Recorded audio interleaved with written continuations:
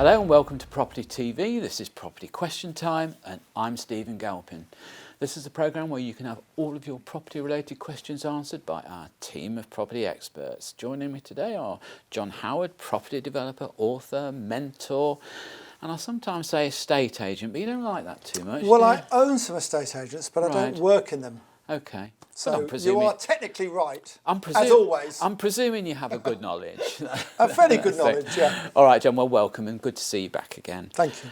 Joining us from Bordeaux, the home of the Legat Immobilier Company, French real estate agents and property advisors, Joanna Legat. Welcome, Joanna. Hi, Stephen. Nice to see you again. Okay, so let's get on with the questioning. And John, the first question goes to you. The government is currently resisting the extension of the stamp duty holiday, but has, for a short period, extended the Help to Buy scheme.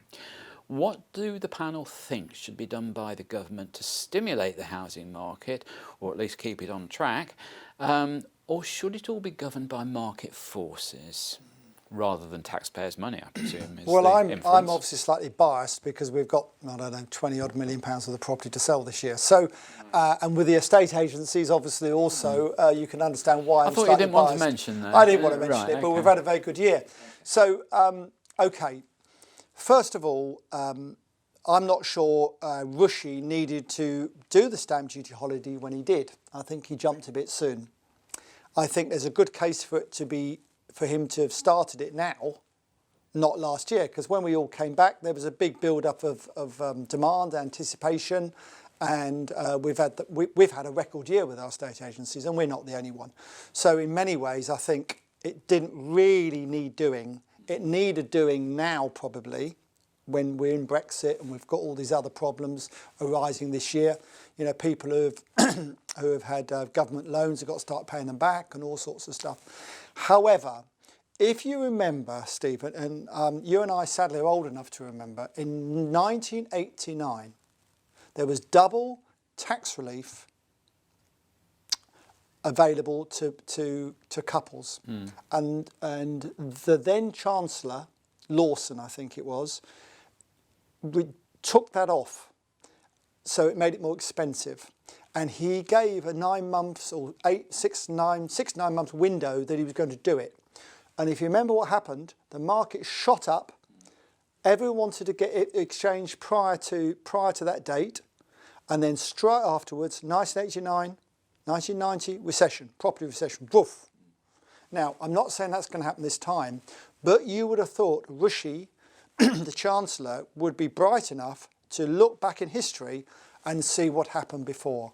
Now, different times, different circumstances, I accept all those things. There's been 160,000 people sign a petition, and that's why it was discussed in Parliament. And there was cross-party support for some sort of feathering of it. So rather than stop it on the 31st of March, you know, dilute it down to end in, say, September. I don't think they're going to do that. I'm very surprised they're doing nothing. He may be under pressure to announce budget 3rd of March. I think that's too late to announce it, personally. He's going to change it. I'm not sure he will. I think, and interestingly, we've had a good start to the year in sales amongst our apartments we're selling, and also the estate agency. Good as any year in January has been. So people know if they're buying now, they're not likely to get it completed before that time. So who does it really affect if you analyse it? It doesn't affect your friends, Stephen. 15,000 to them is nothing when they're buying a property outside London, having sold for 2.5 million and buying one for $1 million. Makes no difference to them at all. The only difference it really makes is to people like my stepdaughter who bought a house for 400 and whatever it was, because she saved 15,000 quid. So they're the people it affects. And of course, if you're a first-time buyer, it doesn't affect you either. So how many people does it really affect badly? It's not that many, probably. Mentally, yes, because people think, oh, you know, I could have saved some money. But maybe he's going to get away with this. Maybe there won't be too much of a detrimental effect. Right. Shall we try and answer the question now, John? What was the question? Right, the question, the question was really, should it all be left to market forces? Right, okay. Normally, I would say yes, it should, because I believe in an open market. That's what I believe in. And that's what the Tory government believe in. They believe in letting market forces sort the problems out if they can. Of course, you could hardly say that in the last 12 months, but that's normally what they do. We're in uncharted waters, Stephen, and I think everything's in the pot to be discussed. I think what I'm very much against is any sort of stimulus or stimuli that create false... A bubble, if you like. Yeah. I agree. I agree, and it's false. Anything that is false is not going to last long. No. You know, it's as simple as that. People see through it. If you're false, they see through it. Yeah. And in terms of, if anyone, you know, any of these things where there's a subsidy, you know, as soon as that subsidy comes off, the market normally changes, and more normally prices go down. Yeah. John, I suppose the other question that I want to ask, and again you're ideally placed to answer, and I don't mean this in any sort of detrimental way, but do you not think the Help to Buy scheme was actually more for the benefit of developers rather than the purchasers? Well, who do you think donates to the Tory party? Well, carry on. Well, who do you think donates to the Tory party? Well, the developers, I presume. Exactly. So you know, I'm not saying that's the only reason.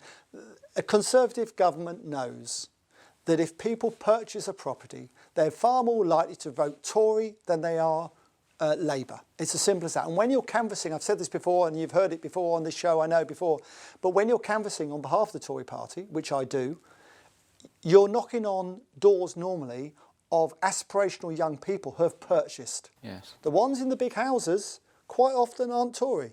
It's the aspirational people coming up who are Tory. And the government know that. The Tory party know that. And do you think their disappointment at not being able to purchase will be lessened in the coming years?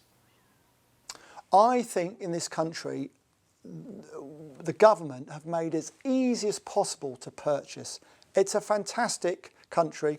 It's a fantastic property market. You know, where else in the world can you go and get a loan off the government to go and buy a property at 95%? And by the way, a number of building societies are coming back into the market at 90 and 95% as well, indeed, yes. Which tells me they've got confidence in the market.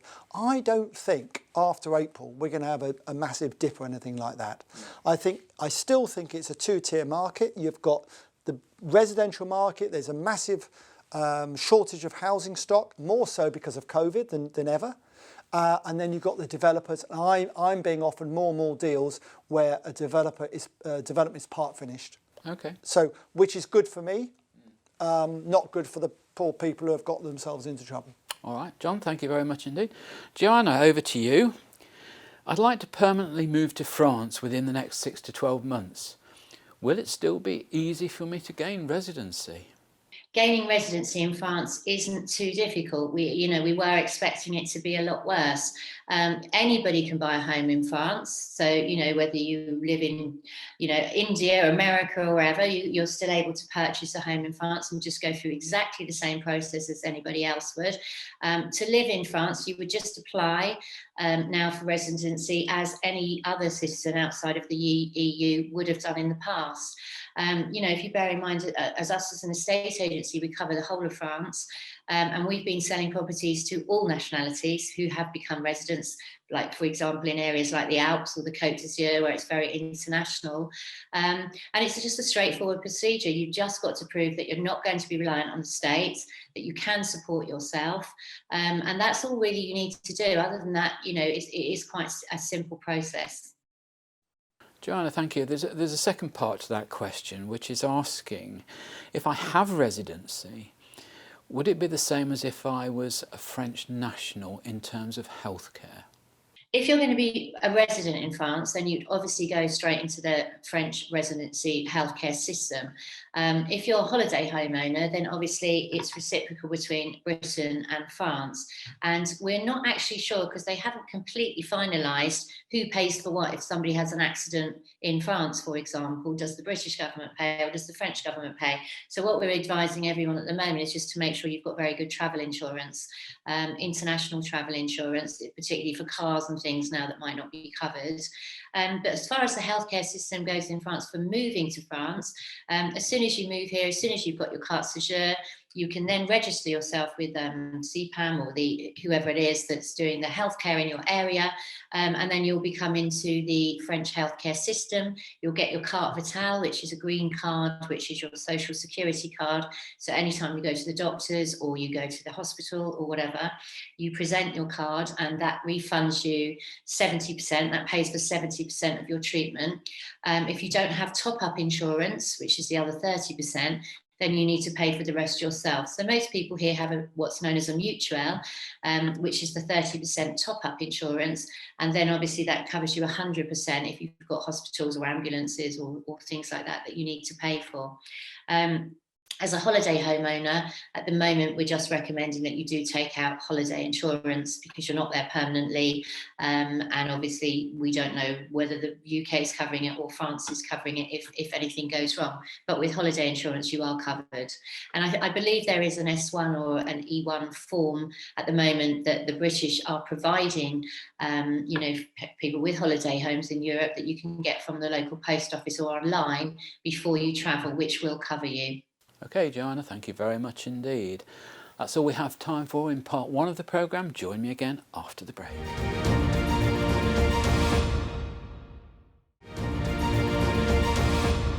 Hello and welcome back to part two of Property Question Time. I'm Stephen Galpin and joining me are John Howard and Joanna Leggett. Welcome back, John. Thank you. Welcome back, Joanna. John, your second question. Throughout the country, but principally in London, service charge disputes seem to be on the increase, whether it's alleged overspend or simply bad management.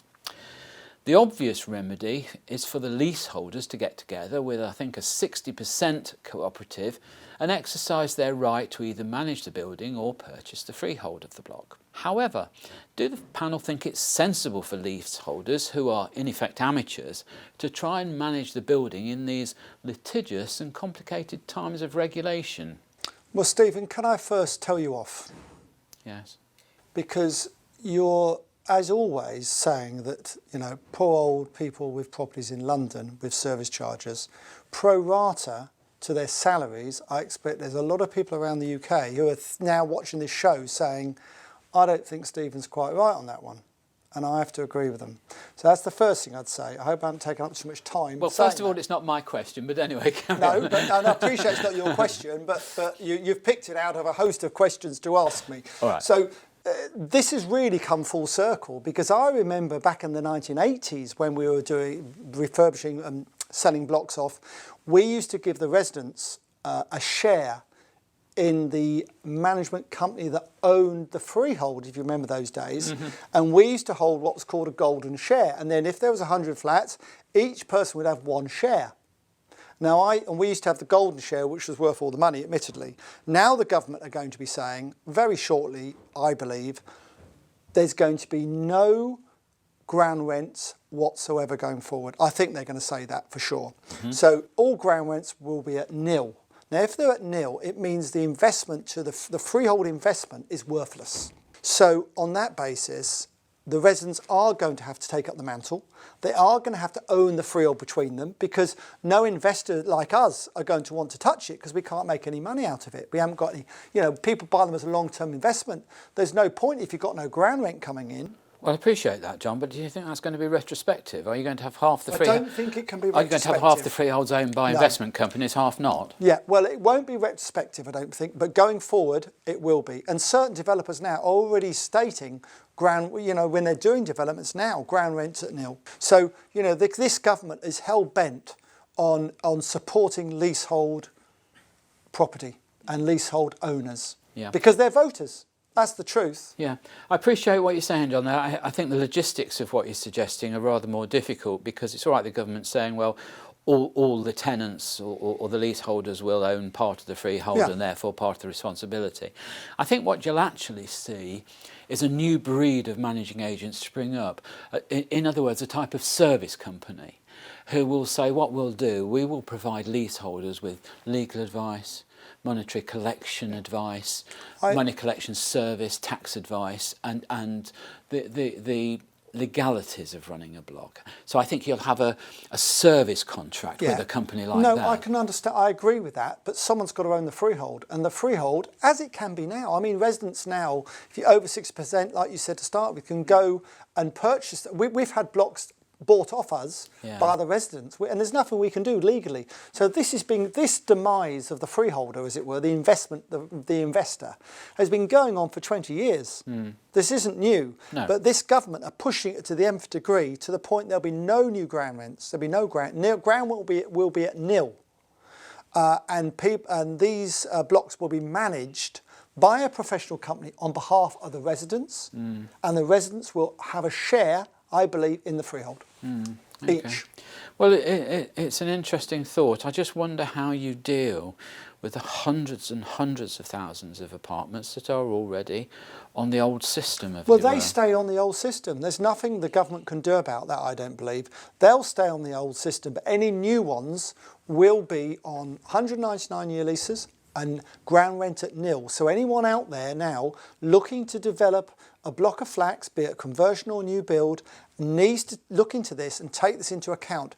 Where at the end of the development appraisal, it says freehold value 35,000 or 100,000, whatever it might be, cross it out, because you won't have any. I certainly agree with you. I think the government is pushing that way, and I think part of the reason they're doing it is because, once again, you have freeholders basing themselves offshore, which effectively puts a ring fence round them against any liability, because at the end of the day, we mustn't forget that a freeholder does have liabilities. Huge responsibilities, If the building becomes unfit for purpose, it's their responsibility.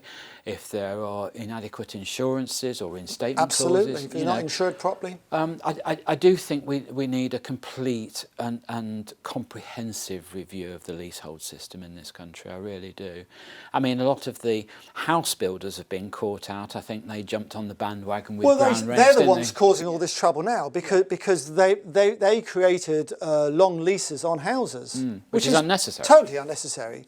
I know in parts of the northeast, many years ago, they did leasehold houses, but that was phased out many years ago. The new ones from some of the major house builders, they've now had to give the residents the freeholds of them. Yes. They've been forced to by the government. But I think those particular type of properties were often tied to work situations, weren't they? Where factories would create a whole street of people. You know. And we mustn't forget that even down here, where we have the majority are leasehold, the purpose of leasehold originally was to maintain control of the block, so that all the common parts, all the aesthetics of the building were in tip-top condition. Stephen, you've made a really good point there. At the end of the day, the service charge, however high it is, and if it's too high, you can go and get it reduced and all the rest of it, or manage it yourself, and so on. But the reason is protect the value of your flat, and that's where people forget. Oh, I don't like paying £2,000 service charge. Well, if you had your own home, you'd be probably paying more than that a year to maintain it. Yes. So that's what they've got to remember, people who are in these blocks. I mean, people don't understand, I think, the cost of running some of these blocks, and it's something that purchasers should look at very carefully when they're buying. I know in my block, for instance, they've just brought in a rule where they say that the food companies like Deliveroo and Just Eat and all the rest of it. Harrods in your case? I wish. They're not allowed to go up to the flat to deliver the food, because it takes a concierge to go with them to deliver it up in the lift, up and down. Now, when you're having a block like mine, where there's probably over 100 deliveries of food a day, you can't do it, you can't afford it. But people don't, especially people who are renting in the block, don't understand the cost implications. Well, it's different for you, because you've got your own butler, so he can come down and pick it up, can't he, Steve? John, I can tell you the only person that does any butlering in my apartment is mine. There's very little cooking goes on. If it doesn't take 3 minutes and go ding ding at the end, it doesn't get done. Anyway, I think what we better do is go over to Joanna now. And Joanna, don't know what the weather's like in Bordeaux today, but better than here. Better than here, I'm sure. But let me ask you, how easy is it to do viewings at the moment on properties in France if in fact our viewer wants to go now or very soon to buy something there? I mean, this changes on a week-to-week basis because we don't know, borders were shut down for 2 days and they're opened again. You need COVID tests here and back. You might need quarantine times. So you've got to bear all that into account. And obviously I can't advise because what I might say today will be changed tomorrow. But realistically, at the moment, if you're coming to move to France, you are allowed to come over, you are allowed to rent a property, and you are allowed to look for a property. We are allowed to take on properties and we are allowed to do viewings. We're supposed to be doing viewings for permanent residents, for people that are looking for their main home. They're trying to discourage holiday homes at the moment. And the government's advice, it's not legal advice, but they are saying on their sites that you must only come if it is for your permanent home. But the difficulty is, of course, is getting here with the border controls as they are. However, if you have sold up in the UK and you are coming to France to rent a property till you find a permanent home, that's totally acceptable. Now, again, with your last question, there's a second part to this one too, Joanna. And it is, if I find somewhere to buy and I'm satisfied that it is what I want, is there any way I can guarantee a good rate for exchanging my money? Any suggestions on this matter? Well, exchange rate fluctuates all the time, and particularly with Brexit, where the pound might have dropped quite a bit, might go back up again. The best thing I would always advise is to speak to a currency broker. We always recommend, a partner currency broker that we work with a lot. The reason for this is because you can set your rates in advance. So, for example, if you came and found the property of your dreams and you feel the exchange rate is quite good today, you can fix that rate today. You'd need a 10% deposit, but you would be able to fix that rate, and that rate will be held until 3 or 4 months down the line when you might purchase the property. And the good thing with that is if you do hold the rate, if the currency exchange drops and it's worth less, you've still held that rate because you booked it in advance. You can always forward book as well. So you could say to your currency company, I think it's going to reach, 112, 115, 120. As soon as it hits that day, fix my rate. So you can have your currency broker actually watching the rate as it goes up and down on a daily basis, and you can fix that rate with your currency broker. So as soon as it hits that level, you can hold that rate. And it does make quite a big difference because where it might have dropped, where you might be purchasing a property for 100,000 and the currency rate has dropped, you could have lost 4,000 or 5,000 euros, which is the price of a bathroom, for example, or something new. So it's always quite important to make sure that you do try and set your rate at the time you make the offer, because if it does go down, you've got to be able to find that extra money, because you can't renegotiate with the vendor. You're buying as seen in euros. The other way of doing it is obviously to transfer your English sterling into a euro account so that you already have the money in euros at the exchange rate if it's a good one on that day, and then the money's safe and it's not going to go up or down. But as we know, exchange rates do fluctuate all the time.